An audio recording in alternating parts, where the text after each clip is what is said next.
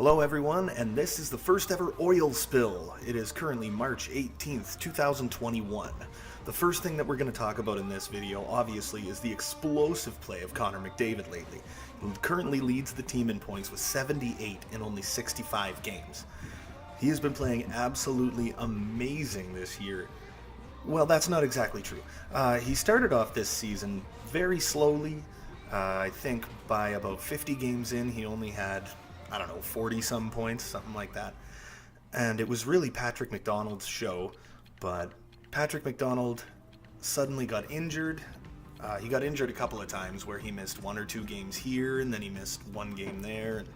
And now this injury, he's been out for a little while anyway, and it appears that he should be around to stay now. He played that last game against the Ottawa Senators, which didn't exactly end all that well.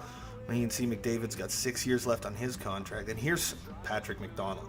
Now you'll notice that Connor McDavid has played 1 less game than Patrick McDonald and has much better points, but Patrick McDonald is very quickly growing into the deadliest goal scorer on the Edmonton Oilers roster. You see he's at plus 15, and look at the face-off percentage, 64 and a quarter is his percentage. His time on ice has decreased every single season since he came to Edmonton, but his point production seems to be going up. Now, in his first season, he was on the top line with Connor McDavid and Leon Draisaitl, and he looked like he was on pace for a 100-point sophomore season, and that kind of went away. You can see he's got 3 more years left after this season on his $9.2 million a year contract.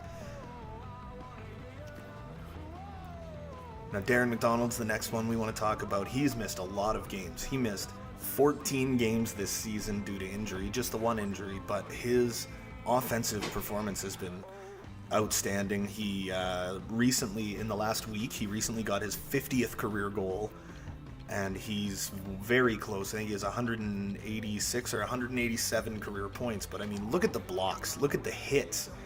His giveaways are not the greatest in the world, but also look at the ice time he plays. He plays over 30 minutes a night this year. The most he ever played actually was in his rookie season, where he was playing almost 31 minutes a game. But still, 17 goals, 37 assists as a defenseman. He's on his last year of his contract, so it'll be interesting to see what Darren McDonald's going to do next year. He has said before that he wants to stay on the same team as Patrick McDonald for his entire career.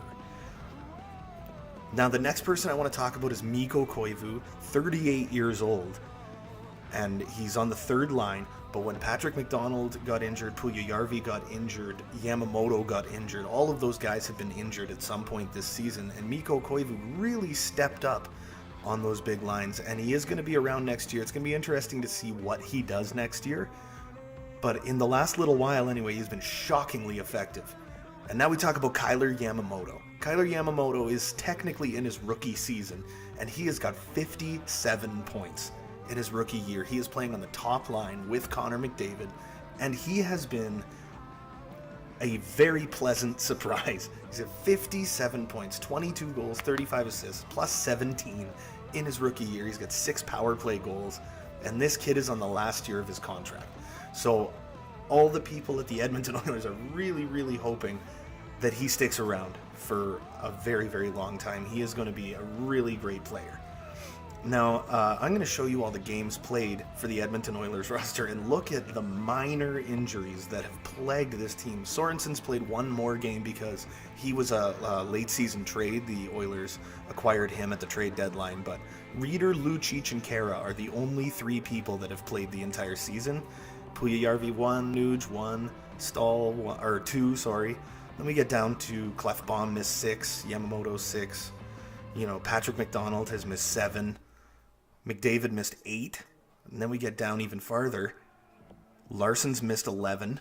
Nurse has missed 12. McDonald has missed 14 games this season due to an injury. And Dotchin and Pyatt both came in. One was a trade, and the other just was, a healthy scratch relief player. But March's record so far is 4-2-2 right now in the 8 games that were played in March. And now let's look at the team standings. The Edmonton Oilers are first place in the Pacific Division, so They are doing very well. The problem with them is they are a somewhat streaky team. They have 215 goals for and 179 goals against. Mikko Koskinen has played incredibly effectively in the net. He has been a great goaltender for them. And then their power play percentage is 23.6%, which is second place in their division. They're shorthanded. Their penalty kill is 81.6%, which I believe is fourth place in their third place in their division. Their home and away records are pretty much identical. You know, their penalty kill is not bad. Their last 10 is 6-2-2. They are playing relatively well. They also happen to be the first place team in the Western Conference, and as it stands right now, because we are 73 games into the season, it looks like in the first round of the playoffs they're going to be taking on the Winnipeg Jets, but it's so tight and it's so up in the air right now that we don't know. You know, the Winnipeg Jets are the team that they're slated to face right now, but I don't know, 5 days ago it was a totally different team that they were supposed to play in the first round of the playoffs. So it'll be really interesting to see who they actually go up against. And in the Eastern Conference, Tampa Bay is absolutely dominating this year. The Buffalo Sabres, the Toronto Maple Leafs. The East is very strong. The playoffs in the East, it's going to come down to a very, very tight playoff race. The Edmonton Oilers sit third place in the league. They were in first for a really good chunk of the season, but as I said, they're very streaky.